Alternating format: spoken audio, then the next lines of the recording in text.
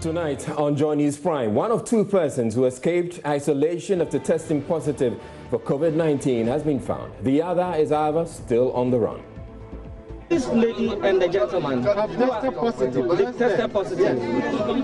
Okay, but we are struggling to get back. Since when? We have been for 3 days now. We've been here 3 consecutive days. So you don't meet them? We'll bring you the very latest on this story. Meanwhile, the Ghana Immigration Service says it has identified nearly 30,000 travelers who arrived in the country through the Kotoka International Airport who would have to be tracked and tested for COVID-19. At about 400 plus flights that came within that period, and then about 34,000 plus passengers.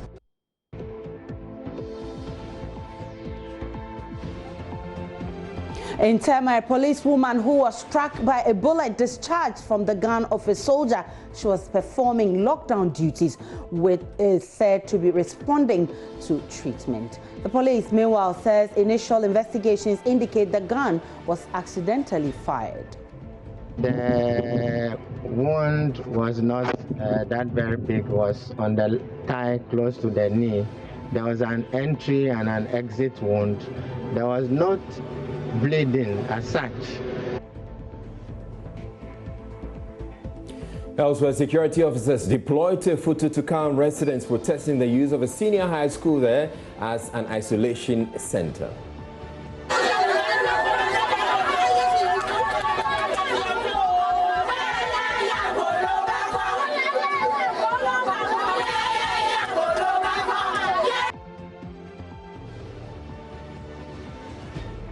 At St. Augustine's College, also in Cape Coast, the teachers are also kicking against the choice of the school as an isolation center. In business, Cocoa Board forms risk assessment committee as coronavirus pandemic disrupts global prices. Guided by the recommendations of this committee to ensure that our farmers are paid and their cocoa is bought by the LBCs.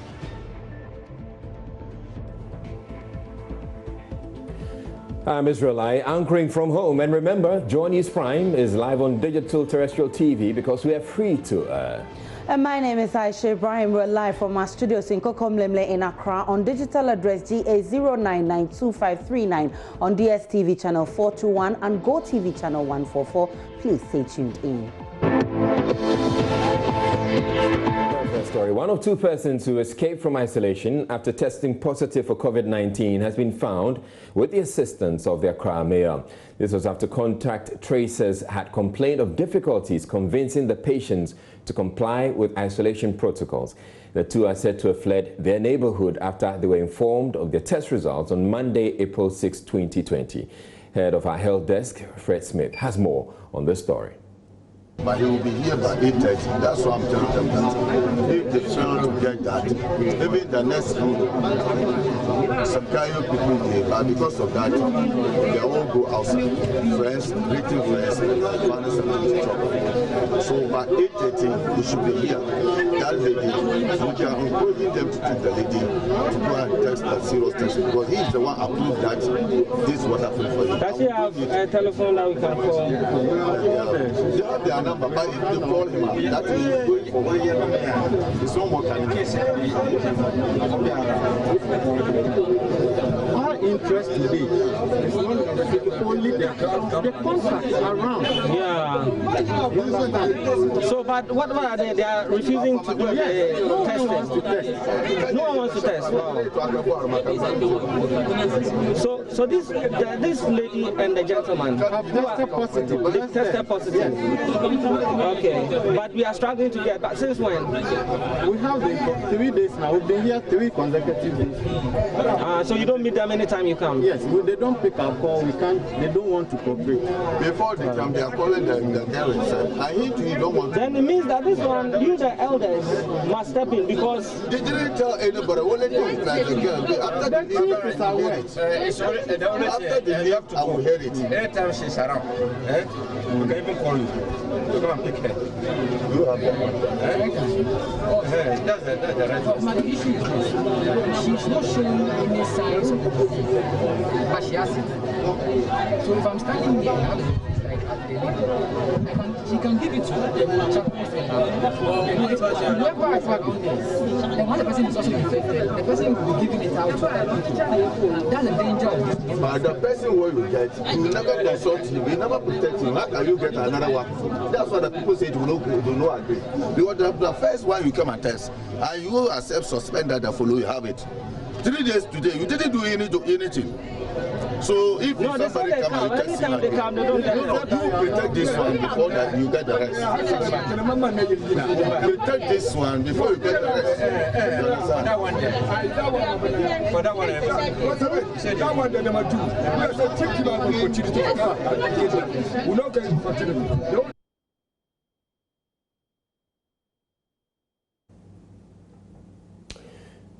And we're hoping to bring you some update on that story. But in another story, the Ghana Immigration Service says it has identified nearly 30,000 travelers who arrived in the country through the Kotoka International Airport who would have to be tracked and tested for COVID-19. The figure represents travelers who arrived in the country between March 3 and 20, shortly before the closure of the country's borders. President Akufo-Addo on March 21 had directed that all travelers who arrived within the period be traced as part of an aggressive attempt to stop the spread of the pandemic. The Ghana Immigration Service says 28,000 of the 34,000 have been processed to make the data user-friendly for contact tracers. Maxwell Agbagba had exclusive access to how the process is going and has come through with this report. In normal times, you'd find people milling around the luggage carousel and the conveyor belt here. But that is not the case today, as this airport is empty with no activity. This is a reflection of what is happening in many parts of the world. Well, we've been speaking to the man in charge of the information system here at the Kotoka International Airport.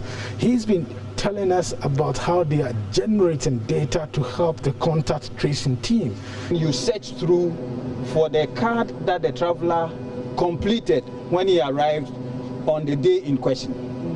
Yes, and from there you are able to extract the address that was stated on the card and then the telephone number that was given as well. Okay. So yeah, we compile for the entire flight for that day and then we send it to the headquarters for onward development of the list. Yes. I'm here at the headquarters of the Ghana Immigration Service. The contact tracers, they are working from one of the rooms here, and these are contact tracing developers. What they do here in this room is to work on the data of persons who came into the country from March 3 to March 23. That was the period before Ghana's borders were shut. So what they are doing is to work on the data of about over 30,000 people, and they're making the data user-friendly here in this room. I've been speaking to the Chief Superintendent, Lydia Archer, who is the leader of the team here. And she tells me that so far they've worked on about 28,000 persons. And this is what we have here. This is just part of what they've worked on, so far. And we are looking at about 400 plus flights that came within that period, and then about 34,000 plus passengers. Yes, and then so far we've been able to clean and disseminate about 28,500, and work is ongoing. Okay. Yeah. This is the COVID-19 operations room here at the Ghana Immigration Service. This is where all the coordination, takes place. You remember the Ghana Immigration Service put out a notice out there that if you have any family member, any friend, or any tenant who came in within the period that was announced, you should call. Well, if you call, this is where your call would normally come to, and persons here will respond, to it. I've been speaking to the coordinator of this operations room, and he's been telling me about what they've been doing here at this place. We monitor the border patrol activities. You know that the borders are locked down, and what we have to do is to patrol 24/7 across the borders. I've also been speaking to the Greater Accra Regional Commander of the Ghana Immigration Service, who is also in charge of the contact tracing operations here at the Immigration Headquarters, Samuel Amadou Basentele. he says that so far, so good with the contact tracing, but there's still more work to be done. Oh, well, so far, so good. And there's still a lot of work to do because Accra is a big region. And we have over 30-something thousand passengers to trace within who entered the country between the 3rd of March until the lockdown. So that is a huge responsibility, but we are doing our best. This is what a typical contact tracing process looks like. Here in this community at Ashoman, we are told that there was a positive COVID-19 case some days ago. Health personnel and the Ghana immigration officers here are helping, taking samples for them to be tested at the Noguchi Memorial Institute. Currently, we are working hand in hand with the Ghana Health Service, tracing contacts of people suspected to have come in touch with the confirmed case in the area. So we are working hand in hand with the Ghana Health Service. In as much as we are part of the contact tracing team, we also provide security in the sense that some areas, they don't try to welcome us, they don't try to understand the situation. So in a case where we think that it may be rowdy, then we quickly call in the rapid response team. All right, and joining us on Skype, via Skype now, is Fred Smith. He's the head of our health desk, and we're going to be talking about our first story, which has to do with one of two patients, COVID-19 patients, or two persons who tested positive for COVID-19. Two of them fled. One of them has been found. Fred Smith, what's the latest on this story? We're hearing that the Accra took the intervention of the Accra mayor to get that one. Yes, indeed, Israel. Yes, Israel. I left there around midday, and as at that time, the security forces there were having a hard time convincing the community to volunteer to give their samples to the contact tracers. But after that, my information is that the mayor of Accra, Nia Jaisoa, went there and was able to intervene to get the community people to understand the need for them to volunteer the information. He also managed to get them to look for this lady in question, who we are told has now been isolated from the community. The officials have rented an apartment where they are keeping her at the moment, and that's where treatment has started for her. Now, Fred, I want to get it clear. Are you saying that the second person too has been found? No, the second person is still on the run, and there's a search for him. This person, we do know that the community leaders have pledged to the mayor of Accra and the contact tracing team that they will do whatever they can to help apprehend this person as well latest tomorrow. Now, Fred, do you have any understanding as to why this person would flee, or the two of them would flee in the first place? Well, that has been the difficulty of the contact tracers and health officials who were there today, because their samples were taken. She volunteered to give her samples on Friday. Then when the results came and she got to know that she was positive, then she decided not to cooperate with the team anymore, and the officials have been going there since Monday to try to get her to isolate from the community. What we know is that she actually lives in a simple room with 15 other persons who also have children in the same room. And so the fear was that she was going to spread this disease to all of these people who live there. And the community is such that it's an Islam community. The people will have to attend public toilets, public washrooms, and things like that. So they have contact with lots of people before they step out even from their homes. And that's why officials wanted to immediately get her, but she refused to cooperate until today. The community leaders and the mayor of Accra intervened and were able to get her. The other man, the gentleman, we don't have much detail about him, but we understand that he is also on the run and the officials are unable to get him. Now, Fred, it stands to reason that if this lady is likely to have come into contact with so many people, the contact tracers would now be or should now be working on these people, the people she possibly may have come into contact with. Is any such thing going on? Well, when the officials went there today, I was present. What they wanted to do was to take samples from all of those who they believe may have come into contact with this lady, those who live in the same room with her and those who live in the immediate vicinity. But they also refused to cooperate with officials initially because the rumors there was that people were taking samples and sending them to government for some rituals. And that the officials explained to them, but they refused to understand it until the mayor came in. Now, Fred, finally, this interpretation or this thing you're hearing from the people about the samples being used for rituals, is it just isolated to this community, or it's more widespread? No, it's just for this community, and it's surprising that they are thinking this way because the officials there give explanation. They actually educate them before they take the samples, and so a bit their imagination as to why they will come up with such an idea. When they went there on Friday, they told them, they explained to them about what they needed in terms of the samples. It was just their phlegm where they were going to make for testing. And some of them actually volunteered and gave their phlegms out for the testing. So they don't understand why the story has changed all of a sudden, and people believe that it is their blood rather than they are extracted. All right, thank you very much, Fred Smith. Fred Smith is the head of our health desk here at Joy News. A policewoman struck by a bullet from the gun of a soldier she was enforcing the COVID-19 lockdown with is said to be responding to treatment. The bullet struck close to the thigh of Lance Corporal Francisca Tenge at a checkpoint at Tema Newtown. The victim, who was rushed to the Tema General Hospital, was immediately attended to by the surgical team. A report by Kwame Yanka.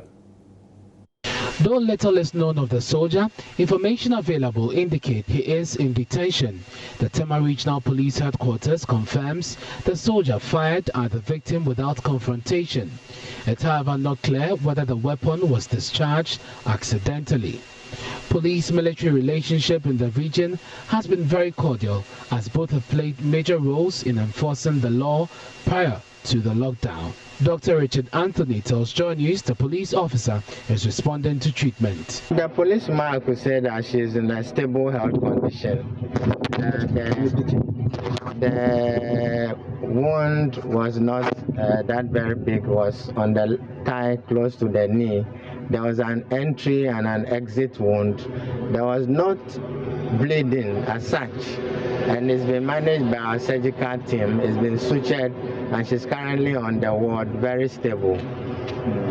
Okay, so what assurance can you give the public regarding her recovery as soon as possible? I said people have different constitution and people recover at different rates. But I could say that currently, as I'm speaking to you, she's very stable. Investigations have commenced into the incident. Kwame Yanka's report for Joy News.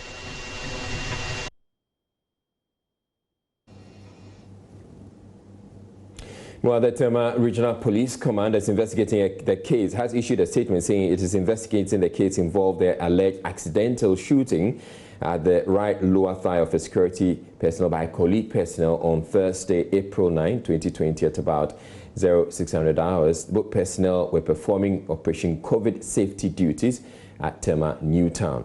The personnel who was injured was rushed to the Tema General Hospital, where she was treated and discharged. So that is the news that we have now, that she has been discharged.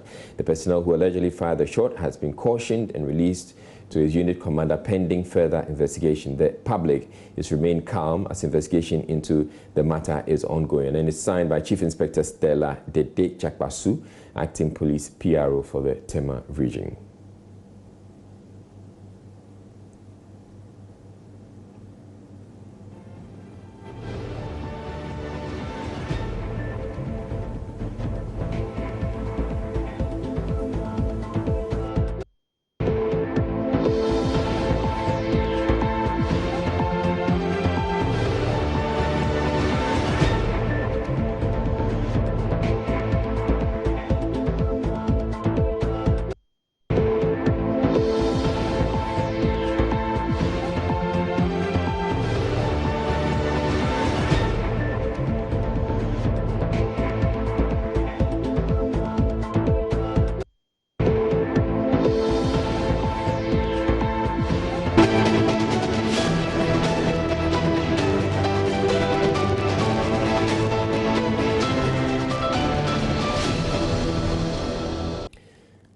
Staff of St. Augustine's College in Cape Coast are kicking against the choice of their school as an isolation center. According to them, this will put them at great risk as they still live on campus with their families and cannot share their facilities with persons suspected to have COVID-19. They posted their concerns when health personnel arrived at the school to prepare the dormitories for the exercise. In a related development, residents of Ofutu also protested the use of a senior high school there as an isolation center. Richard Kwejunyako has more. Earlier this week, the Central Regional Minister Kwame Nadankan met the Regional Health Response Team to prepare should a case be recorded in the region. The minister tasked each district to designate a school to manage suspected cases. On Wednesday, the region announced its first case. On Wednesday, the Central Region recorded its first case of COVID-19.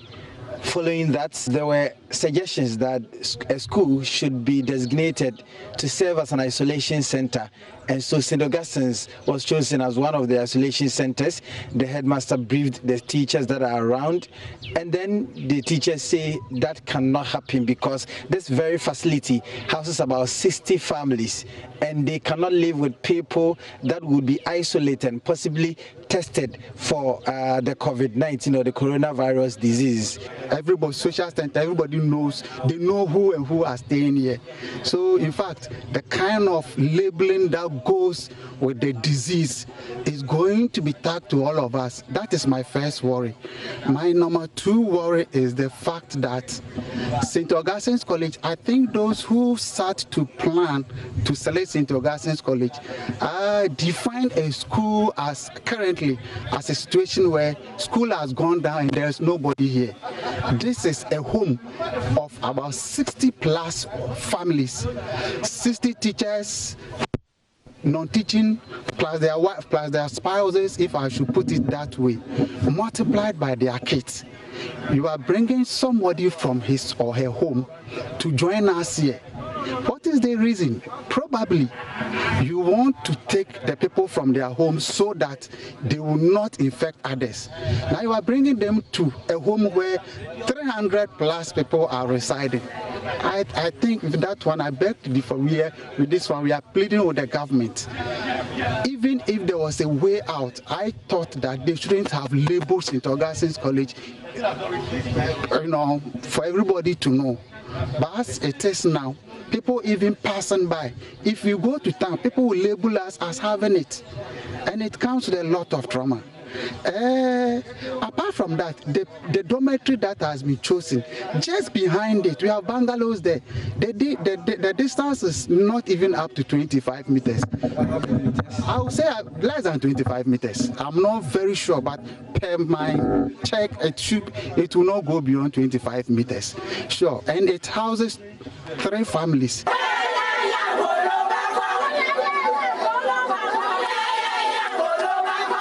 These are residents of Ofutu. They number about 200. They have stood still under the scorching sun for close to 6 hours, protesting the selection of the Ofutu Senior High School as an isolation center.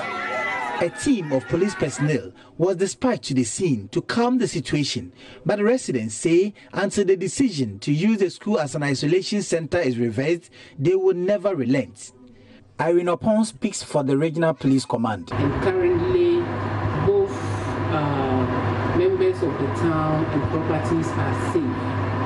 Currently, police commanders are in the palace of Ofutu and they are having meetings with opinion leaders so that we can come to a lawful conclusion. For Joy News, my name is Richard Kwejunyako from Cape Coast. And in the studio, my name is Aisha Ibrahim. Now, beneficiaries of government's 1 hot meal per day relief package to cushion vulnerable homes amidst COVID-19 say, though the intervention is laudable, the administration would have to do more to prevent starvation in targeted homes. Beneficiaries who are given the option of choosing between banku and rice say starvation is fast creeping and having run out of the food items they hoarded ahead of the lockdown. They tell Joy News Latif Idris, who followed a team of NADMO officials to some of the communities, including Ofankor, Tantra Hill, and Medina. The food being distributed is of good quality, but not enough to sustain them for 24 hours. Behind me, you'd find lots of plush buildings, but within these plush buildings, there are other vulnerable homes and families who fall within the category of the people who would require one hot meal every single day. Mimi say na me yedwuma wo hotel. Nti fiti last month asamene sati en March mono yanya hwi. Nti said ye ena me kwadwuma mu ye boss ne say ontimi nche ye ka this month. Me say no na me yedi. Nti said ye we obedi na na ade chi ade na obedi. Nti yesra ban say ya ye wo fie mu no ya ye beji nkrofo apartment na on bobude na o ma ye mu kakra na ye mfam boa ye ho. Ye obi dan na ye team. Pacho ye frame Teresa Nyankwe. So Teresa Nyankwe, what is she saying is that she's a caretaker. She's staying in this building. You see a plush building. She is the one taking care of the building.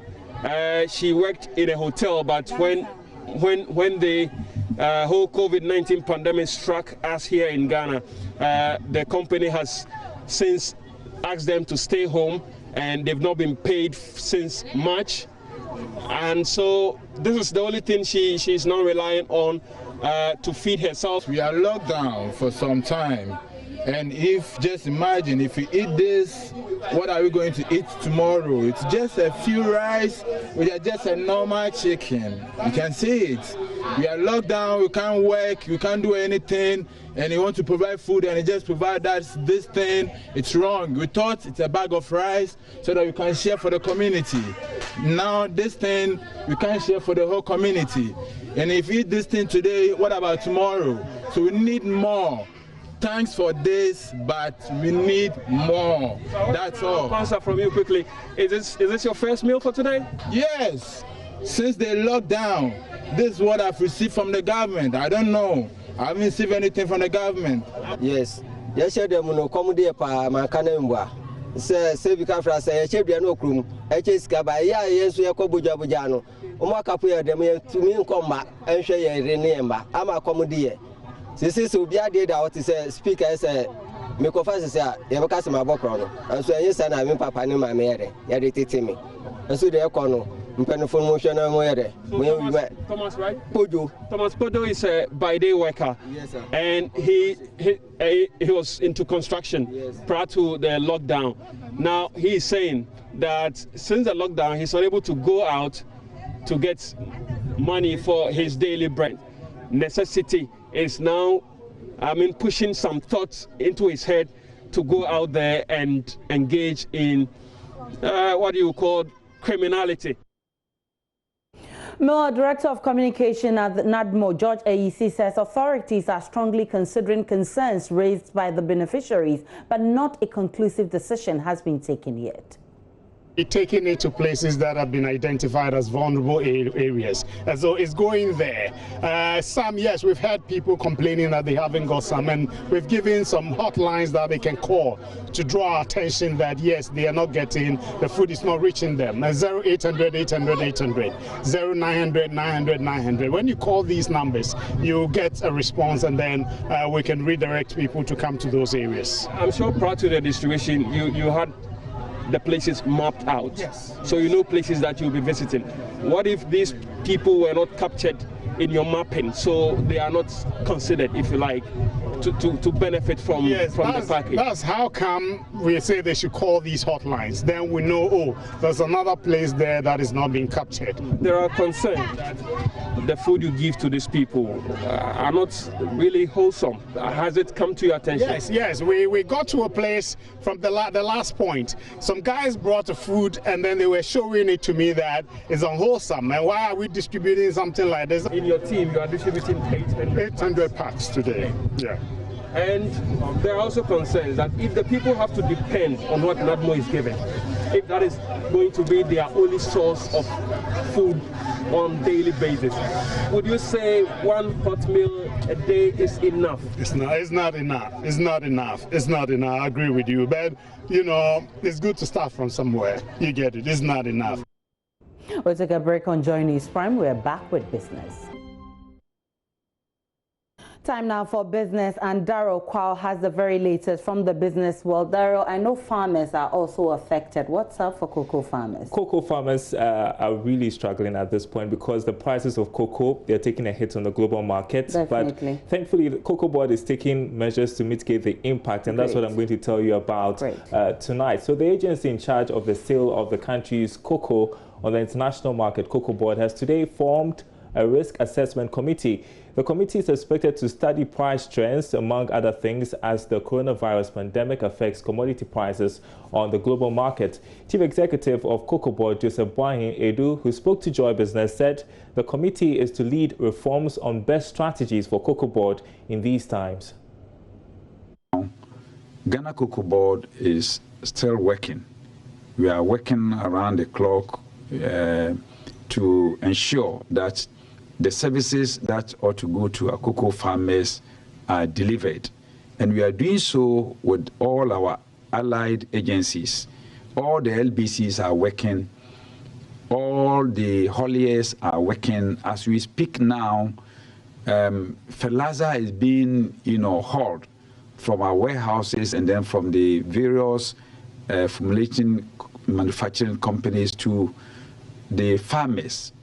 Fertilizer is being given to the farmers. Pruning is going on, and this is a time when we do pruning because we have a very short window, a very short space from now up to the end of April to finish with pruning, because immediately after that, when we enter May, the flowers are going to come. And so pruning is ongoing throughout the entire cocoa region. And therefore, nothing is halting our operations. And let me also assure our farmers that purchasing of cocoa, is also not stopped. And let me emphasize, purchasing of cocoa is not stopped. LBCs are going to continue to buy the cocoa, and Ghana Cocoa Board is going to pay them.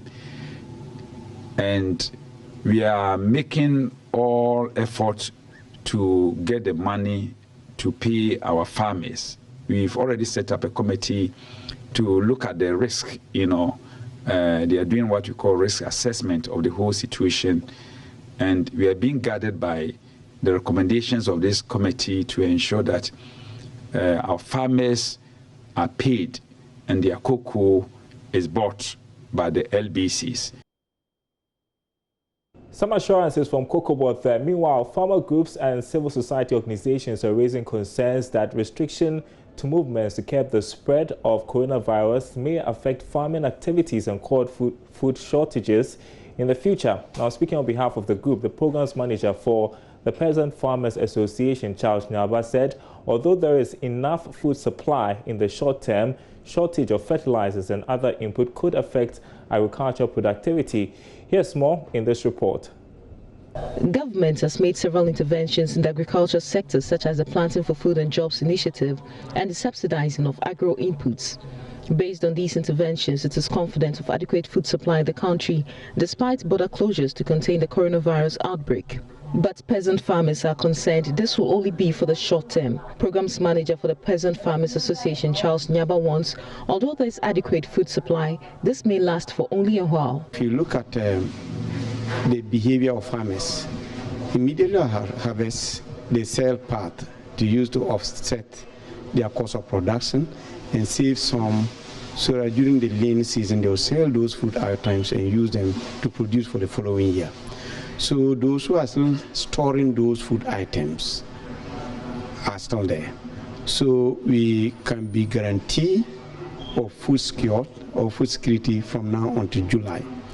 But what I'm not able to talk with certainty is whether we'll be able to still increase our food production, so that if we exhaust the small quantities that are still with farmers in their stock, we'll be able to continue to the end of the year and to 2021. Speaking on behalf of the farmer groups and CSOs, Mr. Nyaba raised concern the lockdown of parts of the country may cause food supply to run low.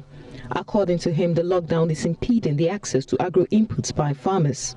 There are other nuclear farmers who live in places like Kumasi and Accra, and they will usually go to the farming areas to farm during the farming season. Those people work with a lot of other smallholder farmers, supporting them with inputs, supporting them with seeds, supporting them with agronomic practices. I've spoken to a couple of them who cannot move because of the restriction of not movement from Accra and Kumasi to other regions. Now, Chief Executive Officer of Food Processing Company Kedan Limited, Eric Dankwa Kisi, has disclosed that the company is given a 30% discount on prices of food products purchased by government and institutions that are offering relief services for the fight against the COVID-19 pandemic. Individual consumers, on the other hand, will receive 15% reduction. Eric Dankwa Kisi made the disclosure at Tumu when he donated 100 bags of assorted maize-based food products valued at 15,000 Ghana cedis to government. Joy News' Upper West correspondent Rafiq Salam reports from Tumu. According to the Chief Executive Officer of Kedan Limited, Eric Dankwa Kisi, the 100 bags of assorted maize-based food products donation is the company's contribution to the government in its fight against the COVID-19 pandemic. Government at least should take this and also see how at least other vulnerables and other people will be able to benefit from it. In addition, the company is also announcing reliefs in respect of price of its food products for the various consumer categories. This is to support institutional efforts at managing the effect of COVID-19 on economic livelihoods of the people, especially frontline staff and vulnerable groups. We are ready to reduce our prices by 30% to the government and other entities that are fronting the relief work during this period. And also, we are not leaving out the individuals. Any individual that maybe wants to buy a bag from us in these trying times, we are ready. We have reduced our price by 15% for them. People may ask why individual 15% and why government that has a muzzle 30%. The reason just being that government, for instance, can decide that fine, Kedan suppliers, producers, suppliers 10,000 bags. So it makes business sense to at least give that rebate. Sisala East Municipal Chief Executive Karim Onanyo, who received the items valued at 15,000 Ghana cedis, was very grateful to Kedan Limited for a kind gesture. Kedan to do this on behalf of the organization, I think it's very good and laudable. Kedan Limited is a large-scale maize processing company located at Tumu in the Sisala East municipality. The company has been operational for 10 years, initiating its business as a maize production, farming and trading company. Reporting for Joy News, Rafiq Salam, Tumu. That's it for business for now. The news continues after this break.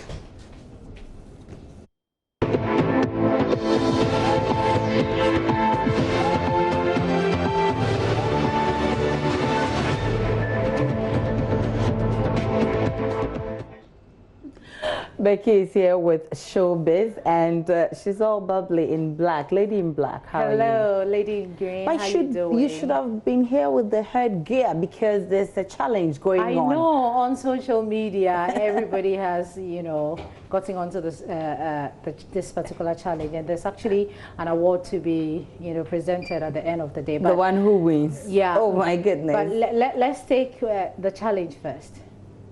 Obadana, they come to the house. And even that, by grace. Oh my, oh my. Ah, Akuma. Yeah. Hi, baby. Hi, Akuma. Oh my goodness. Yeah. Ah. Hello. Charlie. Obadana, they come to the house. And even that, by grace. Oh my, oh my. Ah, Akuma. Yeah. Hi, baby. That, by grace. Oh my, oh my. Ah, Akuma. Yeah. Hi, baby. Oh my, oh my. Ah, Akuma. Yeah. Hi, baby. Hi, grace. Oh my, oh my. Hi, baby. Hi, Akuma. Oh my, oh my. Akuma. Hi, baby. Akuma. And hi, baby. So I caught up with Akuma Mama Zimbi to find out exactly how this particular challenge is going. Actually, I feel good because it's been some months since I went to Andy Dusty on his Daybreak show, and what it is I keep a lot of things in my head here because most of the time I forget myself when I have my car keys and I have my phones. I leave it, and then sometimes I don't get them back, especially the phones. So I decided, okay, this is a beautiful satellite dish that I can put things here. So I put them every time. But on the day that I went to Auntie Dusty's Daybreak show, I forgot to put my phone on silence. So when I was speaking and it rang, because so the sharpness and the swift that I picked the phone, and it became a fun. And that day I really trended. Coronavirus, they quarantined all of us at home. No, you got to make yourself happy. It's so sad. A lot of people were imitating me, and then they were posting it back to me. Yeah. So yes, but now I and my team are thinking that we want to give a prize to that. So they should keep on doing it. It's marvelous. It's amazing. Let's keep on washing our hands with the soap and the running water, with the hand sanitizers. If you're at home, there's not much need. But when you're stepping out to go and buy something, you sanitize your hands to open the door. You sanitize your hands to open a car door. When you want to come out, you sanitize your hands, and that will go a long way to help us. For that, remember that AMZ, I love you to the max. Keep watching us. We are number one, and we are the paid setters. We event for you to copy. We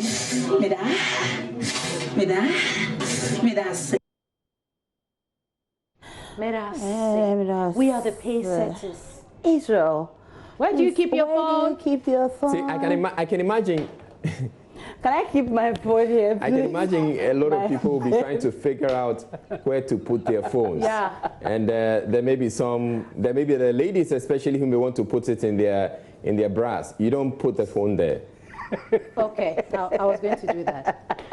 Now, I just wanted to put that on record. Okay, so now, where do you keep your phone? See me pull out my phone. All right. Okay. Well, you say it. You start it. But pull out your. You said you wanted to pull out your phone. Hi, baby. Hi, baby.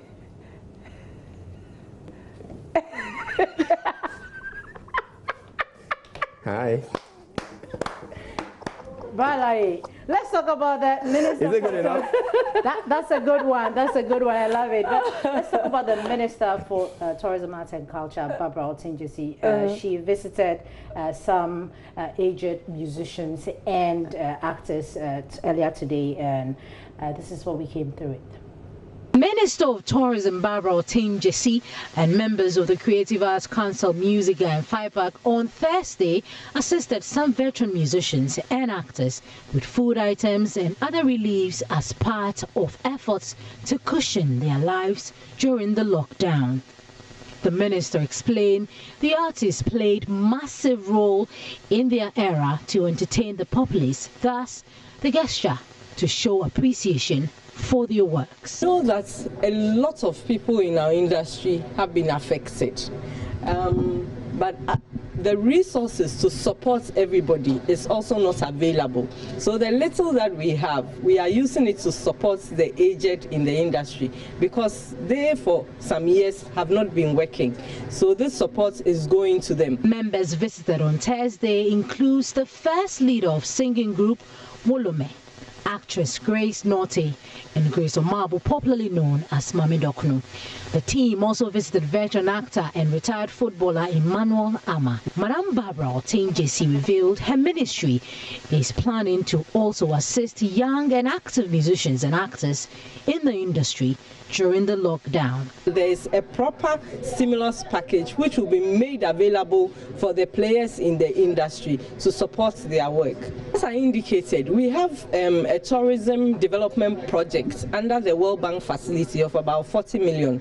It has various components, but we are discussing with the World Bank to let us take some parts of the resources to make some facilities, some loans or grants available to the industry players who have been impacted very significantly by this pandemic. So that is one aspect of support that we are looking at. She also hinted plans are far advanced to establish an insurance policy for persons in the creative industry. We initiated this project last year with one or two insurance companies to come up with a policy for the industry, and we are still discussing the terms of the policy, but I think that it will not only benefit those who are aged, but as an insurance policy we will look at the various events under which if you find yourself, the policy will kick in and you get some support. That was a good move, and at least, I mean, good to see some of these, Grace Omabo, the pace setters. It's good, very good to see them doing well. Thank you so much for bringing us Showbiz. And hi, baby. That'll be it for Showbiz. And for those of you watching on Joy Prime, that'll be it. The news continues on Joy News.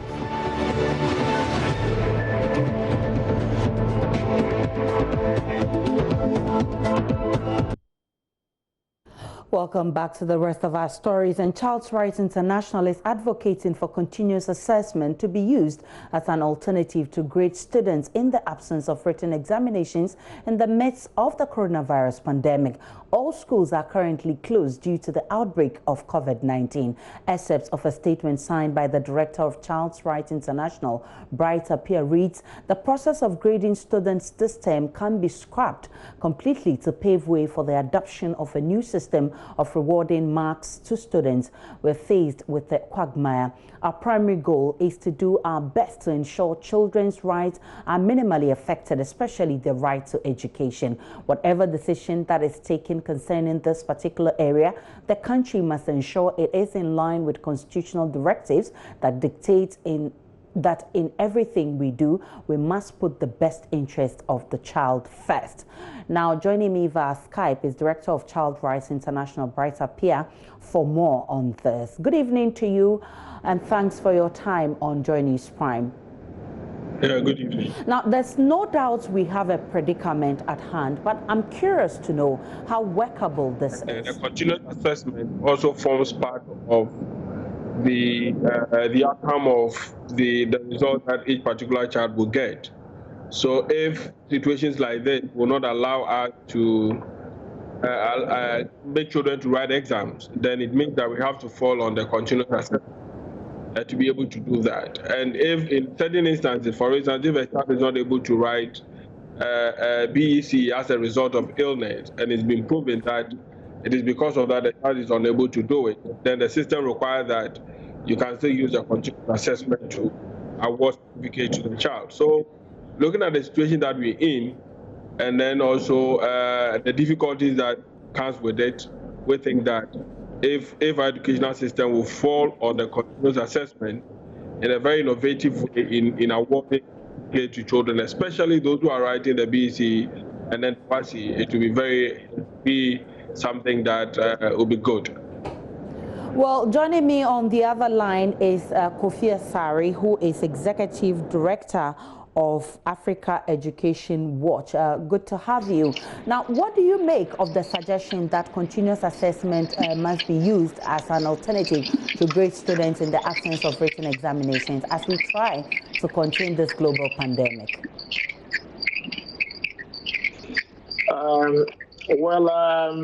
The use of continuous assessment in grading students have come up. But you see, this is the issue. WAEC is a regional body comprising 5 countries: Ghana, Liberia, Guinea, Gambia, and then I think Sierra Leone, and then Nigeria. Sorry, yeah. And the examination it conducts is for the purpose of certification, international certification. And WAEC issues certificate on the basis that the certificate represents a particular international standard of attainment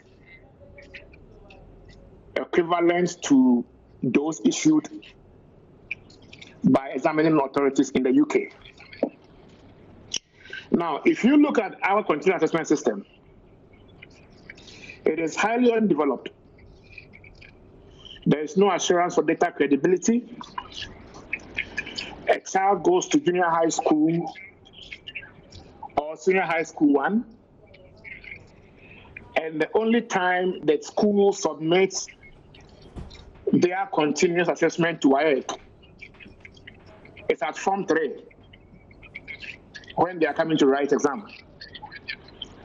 And so there's no assurance of data quality, data credibility, and for that matter, the question of whether continuous assessment constitutes or represents the actual standard of attainment of the student is in question. And that is why it will be difficult for us to use continuous assessment to grade students. This notwithstanding, let's not forget that WAEC's WASI is not just for grading students or awarding certificates, but it's also used as a basis for determining who enters tertiary and who doesn't enter tertiary. And so the extent to which our tertiary admission systems will find as credible the existing continuous assessment system also comes into play in this equation. Let me bring in Mr. Bright Appiah quickly. How urgent is this alternative arrangement as to vis-a-vis waiting for the pandemic to be over for the students to write the exams?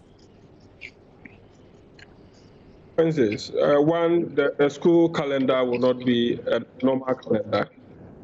And then also the way and manner that these children will be prepared for the exams is also another issue altogether. And the assessment that we are all making is not as if we are in a normal times. Therefore, we are calling for a change of that. We are in an abnormal situation where certain strict measures must also be considered. Not as if we are just saying that in the absence of writing exam, it just allows students to use their continuous assessment. This thing has presented a case for us to be very innovative in terms of how we deal with this student getting their certification so that they can go to the and all that. Countries like France have done it, US have done it, and the UK have done it. So clearly, we cannot say that we live in isolation. There are certain examples that have been established with the same explanation that he has given. Irrespective of those explanations, they've gone ahead to take certain decisions that would address the needs of children. And that is what exactly we are talking about, that, look, looking at where we are, students from the BEC who write the BEC, 40% of the results that would let them get a certificate comes out of the continuous assessment. The issue of whether data credibility or not, it will still be established in the normal times. Why do we still award the 40% to them if we cannot say that there's a data credibility? So that issue for me should not be something that we should even raise at all. But the issue is that, okay. Yes. Clarify this quickly for me. Wouldn't this affect the reasoning or otherwise the performance of our students? Oh, I don't think so. Because look, our school system, we have Form 1, Form 2, Form 3. And the way we have structured it, every academic year, students write exams to certify that whatever they've been taught in Form 1 they should prove that they understand it. And then when they move to Form 2, they do same, and then Form 3, they do same. So all these things is to also put them in a certain perspective. So the final exam that they write is a collective of the things that they've learned from Form 1, Form 2, and Form 3, for which they have already been examined on it already. So if indeed there's a way that we have to go about it, we feel that this is the alternative that we need to use in terms of we show some kind of leadership and making sure that our children find themselves in a comfortable position. I can see that Kofi Asare wants to interject, but that's what all time will allow us. I'm grateful for your time on Joy News Prime. Bright Appiah is Director of Child's Rights International, and Kofi Asare is Executive Director of Africa Education Watch. I'm grateful for your time. The Ablekuma Non-Municipal Assembly is threatening to shut down the Malam market over persistent breach of social distancing protocols by some of the traders. The market women are said to be refusing to also cooperate with the task force set up to ensure strict compliance with the prescribed protocols. The MCE Kofi Ofori says the assembly will be left with no choice than to close the market. He spoke with Joy News. By social distance rule. So that was a member of the task force set up by the Ablekuma Non-Municipal Assembly to ensure and intensify the need for social distancing here at Malam Market. But that is becoming quite a challenge for the task force. In fact, the task force tell me that they get here as early as 4 a.m. to ensure that the women comply. But the moment they leave the market, they get back to normal business as usual.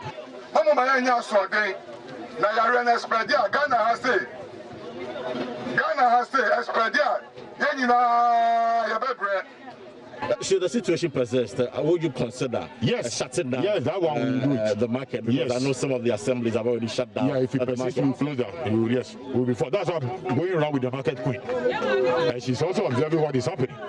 If they can't comply with the thing, we'll close it. Each other's keeper. Social distance, another bad boy. Elsewhere, security personnel were deployed to disperse thousands of traders who had besieged the Kumasi Central Market, which reopened after 2 days closure. Authorities shut the market over the persistent failure by traders to observe social distancing as part of measures to prevent the spread of COVID-19.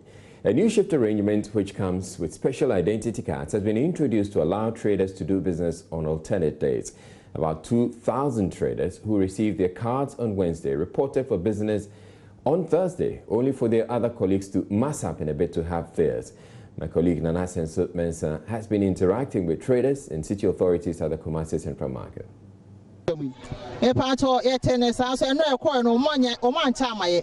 She says, yesterday we didn't receive our identification cards. That is why we are here today at the market.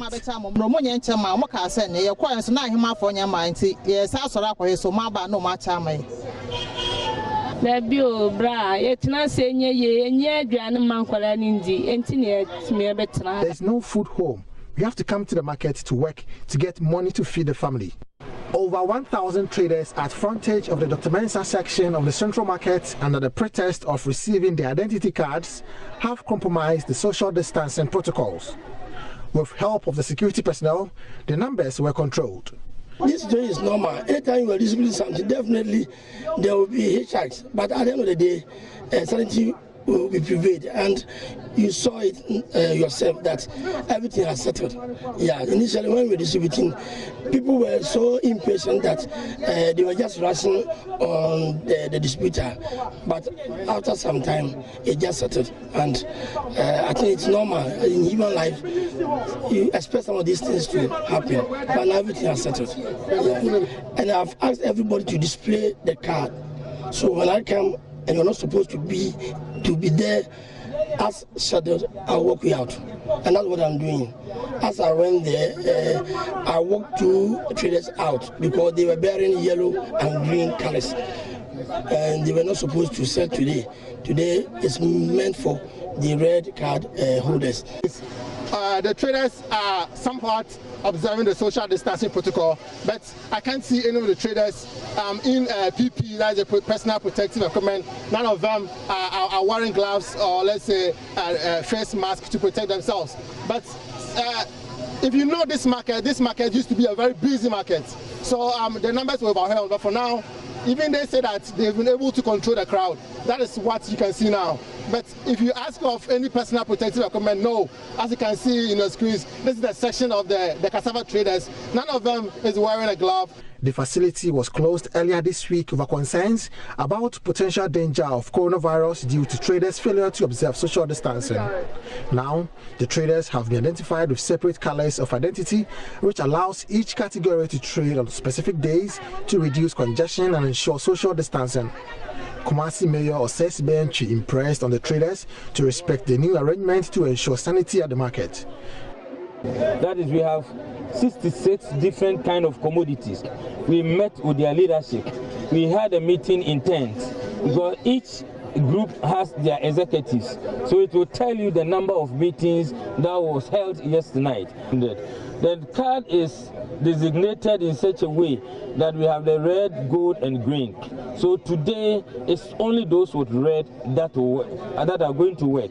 Tomorrow, the gold will come, and Saturday, the green will come.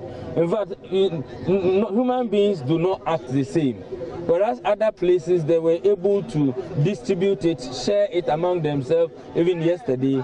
Others couldn't do it, especially this Dr. Mensah area where we are. But it's this morning that they started, and even this morning, they didn't start early. That is how come their traders were trembling about, but we've warned them not to do that again. Nana Asensu Mensah, reporting for Joy News. Meanwhile, Deputy Minister for Local Government and Rural Development and Member of Parliament for New Jobbing North constituency, Nana Eje Boateng, says his ministry will not hesitate to close down any market in the country which fails to comply with social distancing directives. He said the ministry has already closed some markets in Accra and Kaswa over the recalcitrance of traders there. Well, we are having difficulties with getting the understanding of the market women. We have no alternative than to close the markets. And so when we close the market, that forces a situation where they can now agree to sit down with us so that we can regulate the activity in the market. So as I speak with you, we've closed Medina, we've closed Kaswa, we have closed Domain markets. Those are places where the market women are just refusing to comply with the directives that we have given to the district assemblies. So that is what we don't want. But where we get to a point where we have difficulty in getting compliance, we are left with no other alternative than to close the markets. The minority in Parliament is challenging claims by Chairman of the Finance Committee that approval has been given to the Finance Minister to spend 1.2 billion cedis he requested for the coronavirus alleviation program. The money, among others, will be used to provide meals, pay for government's free water offer, incentives for healthcare workers, and 600 million cedis in soft loans to businesses. The Finance Committee met Ken Ofori-Atta Wednesday after the Speaker referred the request to it. And its chairman, Dr. Marcus Ibiebwa, tells Joy News the minister was given the go-ahead to spend.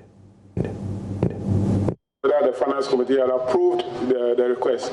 We made a proposal based on what the ranking member had read. I'm doing the letter right now in my office, the authorization. We'll send you a copy if you want. And what does it say? So the authorization does, whereas under Article 171, you requested offense, we grant you this approval.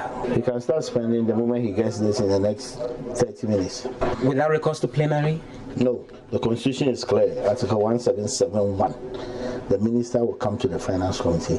But the Constitution also in 177 has a specific provision which says that when an emergency arises, go to the Finance Committee. It's not for nothing that the Constitution envisages. The Constitution envisages that there will be times that Parliament is on recess, you cannot summon the whole 270. You can easily get in touch with the chairman, the members of the committee, they give this authorization. When they authorize, later on you bring the expenditure thereof. So isn't that the point? That there is also reference to supplementary he estimates. So that's the 1772. So after spending, he will bring all the details. Shouldn't it be before? I didn't draft the Constitution. The framers of the Constitution say that we authorize the spending because it's an emergency. This is not the first time. We did it after the June 3rd floods when there was a swine flu. We did it from the contingency fund. So this is not new.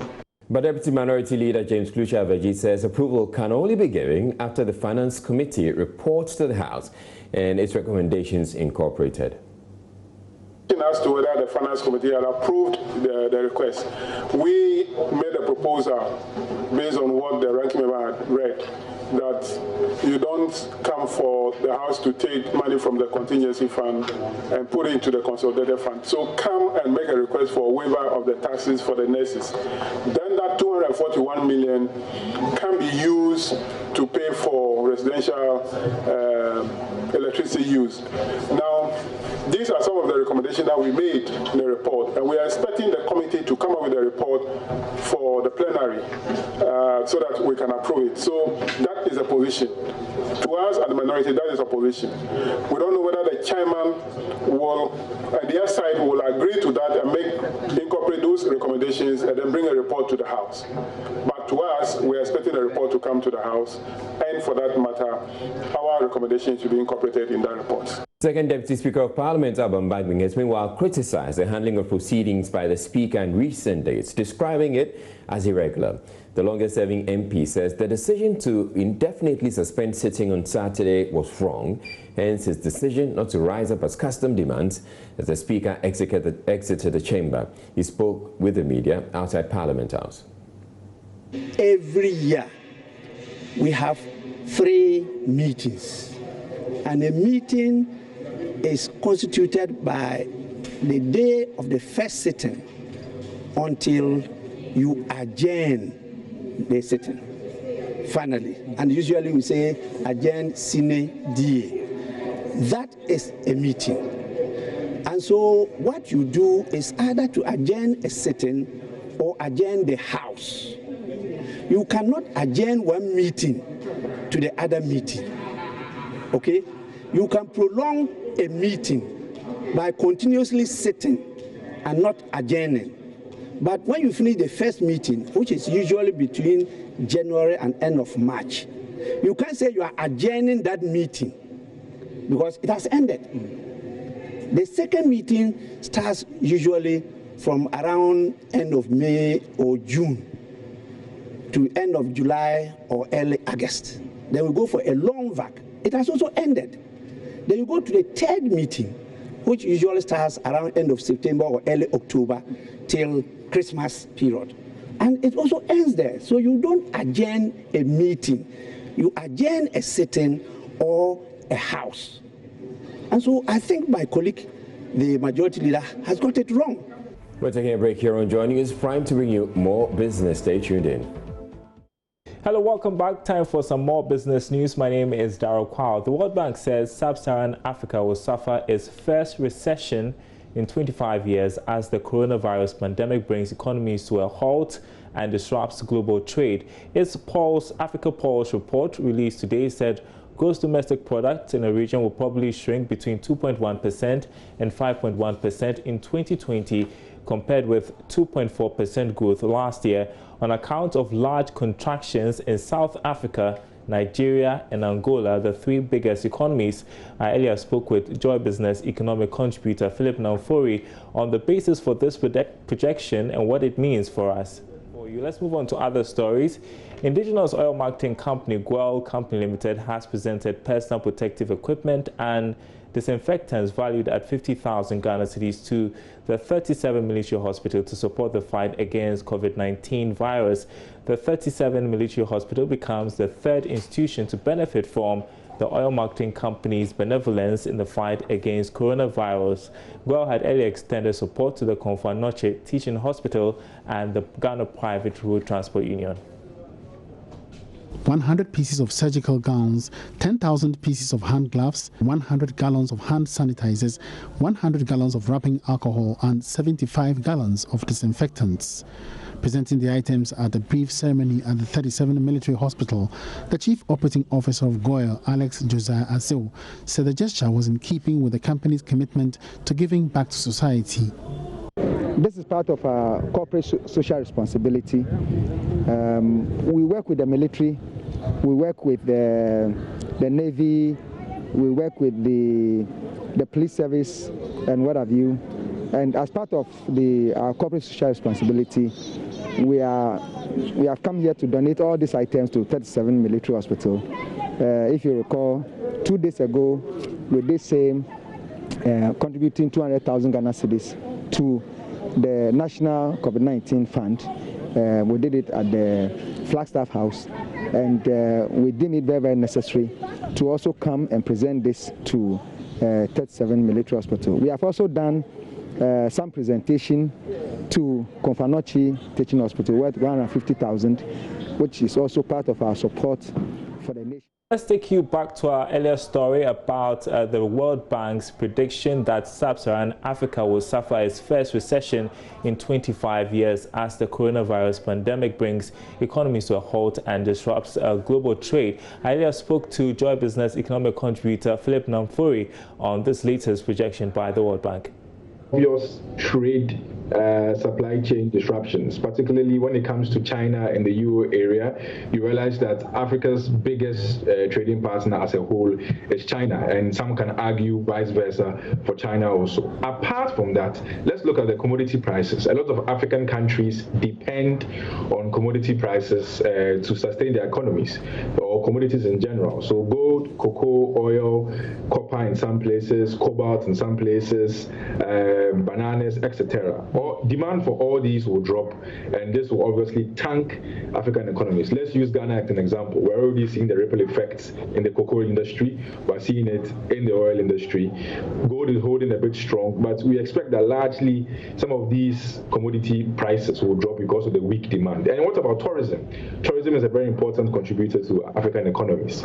Nobody is traveling around the world, and even post this, there's something called the fear factor. Nobody will want to go to any tourist destination so easily because of the fear that perhaps the virus may still be lingering even post the virus. So these are some of the things that are hitting us and will manifest in the months to come. And what does a recession for Sub-Saharan Africa mean? We're hearing it's going to be the first in 25 years. Yeah, Daryl, essentially, as there's a slowdown in demand for goods and services across the world, Africa is no exception. But you realize that Africa has come from a place where we've lifted people out of poverty. Let's bear in mind the Millennium Development Goals, then we transitioned into the SDG. Some of these had targets of moving people from the poor income lines to, let's say, some sort of decent living. And if there are lots of jobs, there's weak demand in the economy, these restrictions that we have to put in place to prevent the spread of the virus are preventing the poorest from moving and working. Then you expect that it's further going to aggravate it. One example I want to bring to bear is remittances. You know, people in the international markets or developed world send people like us money. So we talk about dollars, euro, pound. If there's a cut in flow of those funds coming, you can just imagine what people who receive funds from their relatives abroad, what are they going to depend on? Because they themselves are already suffering the effects of this virus. So these are some of the reasons why the recession, the slowdown, is going to have negative effects for us, particularly on the point of poverty. We can add other things in terms of our economic growth and the uncertainty to bring to Africa's entire development. And so what steps can African governments take? Daryl, African governments are already doing a lot. I mean, we talk about the health measures we are putting in place, but I think what we need to do, we are combining a multiplicity of measures. We're looking at fiscal issues, we're looking at monetary issues, we're doing our bit on the health. We will need some help from our development partners, no doubt. And I think the right mix of this over time should more or less mitigate the negative impact. But we just hope and pray that the virus obviously ends, because if there's no end in sight for it, then the negative effects are going to roll and roll and roll and roll. And tonight, crude oil hovering around $33 a barrel as major global oil producers have been meeting today. Here's how we are ending Thursday on the commodity market.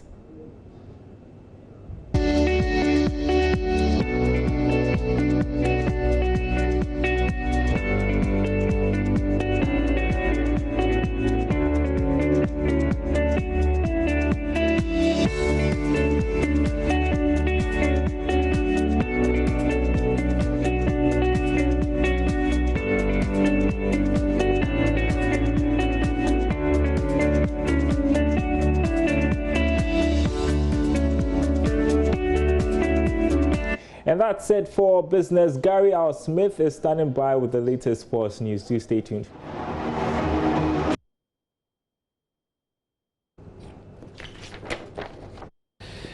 Thank you for staying with us on Joy News Prime. I'm Gary Al Smith with the sport.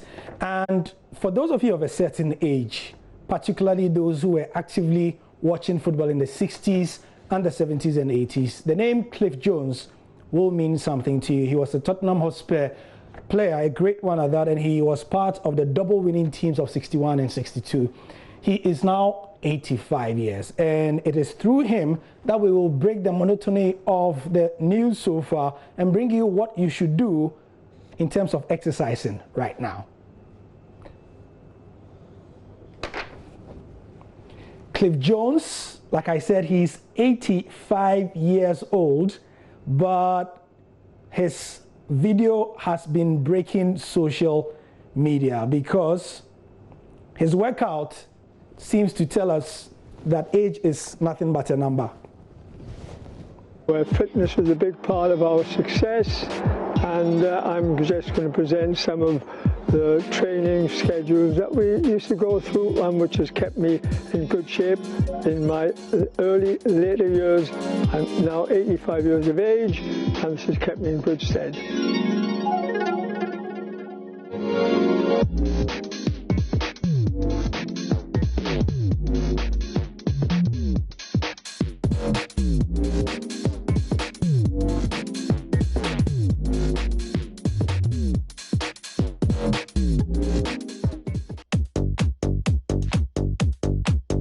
This is jogging on the spot, and then you just gradually work up, keep the arms moving, which is important to get that body movement, leg movement, and then start quickening up, and then go jogging on the spot, going, and now I'm going, I can catch anybody now, come on, here we go, another 10 yards, yes, I've won. Play the piano, whatever tune you like. In my case, it's Keep It Welcome in the Hillsides, Circle, play a different tune now, I'm fed up with the first one, and lower, onto your knees, drop forward, and just then press the shoulders down, back, down, back, arms in that position, legs there, and then up there and back, and that's your thrust. 1, 2, 3, 4, 5, 6, 7, 8, 9, 10. That's enough. 10. For me it is. For you young people, a bit more. Just raise the legs off the ground and hold. Mind you, he's 85 years old, and he's putting me to shame. Remember I showed you my videos of my exercises? Feels like I was joking, wasn't it? Anyway, that's Cliff Jones, Tottenham Hotspur legend, showing us how to exercise there. Moving on, and the Black Queens have also been out of their camp, obviously because of the COVID-19 pandemic, but their coach, Mercy Tegokwaku, is asking them to stay home and keep fit. Good morning. I hope everybody is doing good. Like I said yesterday, continue to keep fit. Don't relax. You need to rest. Yes, rest is also good, but you need to continue exercising. Keep yourself fit so that when the time comes for us to go to camp, you'll never be found wanting. I believe in you and I trust you. Stay safe. I love you. Queens, more than able. Stay safe.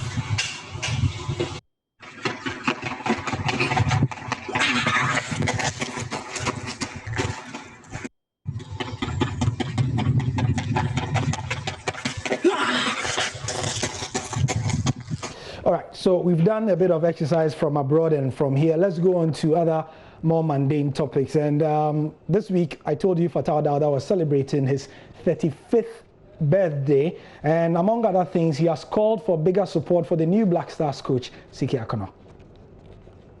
I think the people outside should have confidence in whoever will be choosing to coach, whether it's black or white. That's what I see it. If Ghana should support Coach Siki Akono now, that they want him to succeed, he will succeed.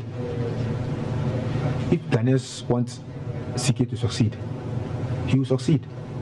Because everybody will pray, everybody will support him to do well. That's how I see it. It's about a nation supporting whoever the FA will choose to come and coach the team.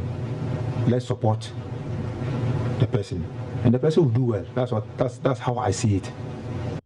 And that's it for the sport for now. Thank you for your time. Let's do this again tomorrow, shall we? I'm Gary L. Smith.